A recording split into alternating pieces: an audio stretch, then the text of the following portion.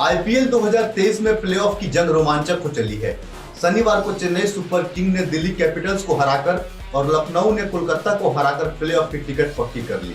लेकिन आज बात रिंकू सिंह की। रिंकू सिंह के तौर पर हिंदुस्तान को आईपीएल 2023 से एक नया फिनिशर मिल गया है। उन्हें नई पीढ़ी का महेंद्र सिंह धोनी कहा जा रहा है।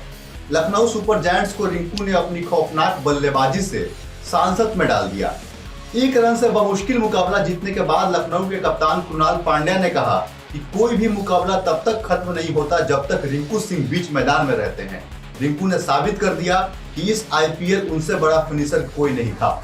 इस साल आईपीएल में रन चेज के दौरान रिंकू का एवरेज 152.5 और स्ट्राइक रेट 174.2 रहा।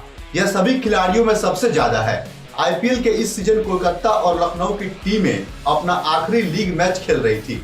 प्लेऑफ के लिए क्वालिफाई करने की खातिर लखनऊ को यह मैच हर हाल में जीतना था। टॉस हारकर लखनऊ ने पहले खेलते हुए 177 रन का लक्ष्य केकेआर के सामने रख दिया। कोलकाता का स्कोर 10 ओवर की समाप्ति के बाद 3 विकेट के नुकसान पर 82 रन था। अगली 60 गेंद पर 95 रनों की दरकार थी।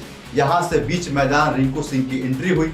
रवि बिश्नोई के 13वें ओवर की दूसरी गेंद आउटसाइड ऑफ फुल लेंथ की थी। रिंकू ने गेंदबाज के सिर के ऊपर से चौका जड़ दिया, मतलब कि no risk shot for almost maximum reward. Naveen ul Haq के 15वें ओवर की अंतिम गेंद बैक ऑफ लेंथ बॉल थी। स्वीपर कवर के बगल से ताकतवर पंच पर रिंकू ने चौका अपने नाम कर लिया।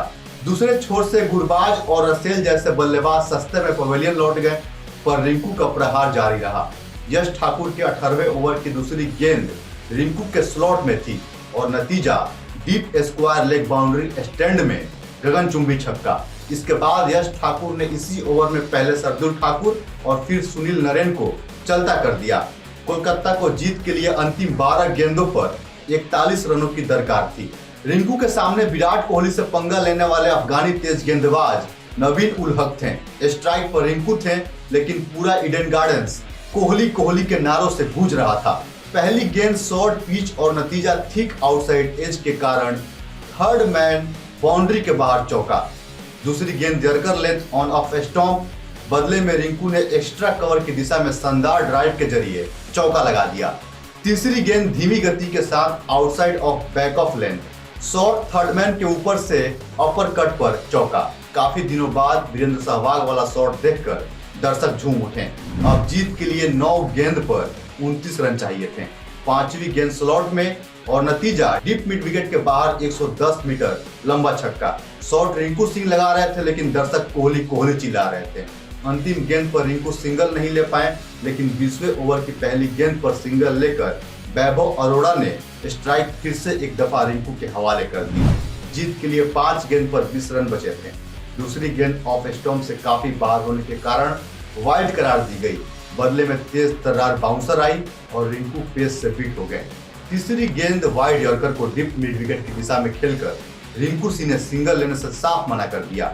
चौथी गेंद ऑफ स्टॉम्प के बाहर फुलटस थी और वाइड करार दी गई। जीत के लिए अब अंतिम 3 गेंद पर 18 रनों की दरकार थी।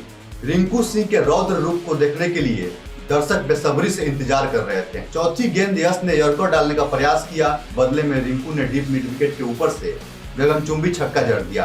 5वीं गेंद वाइड यॉर्कर को रिंकू ने एक्स्ट्रा कवर की दिशा में 4 रन के लिए भेज दिया। आउटसाइड ऑफ लगॉन के बाहर एक लंबा छक्का निकल गया, लेकिन इस शॉट के साथ ही लखनऊ का खेमा जश्न में डूब गया।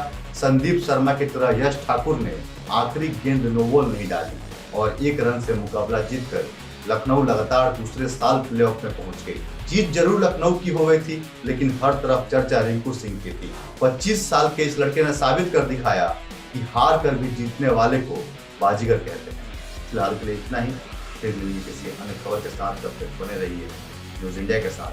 नमस्कार।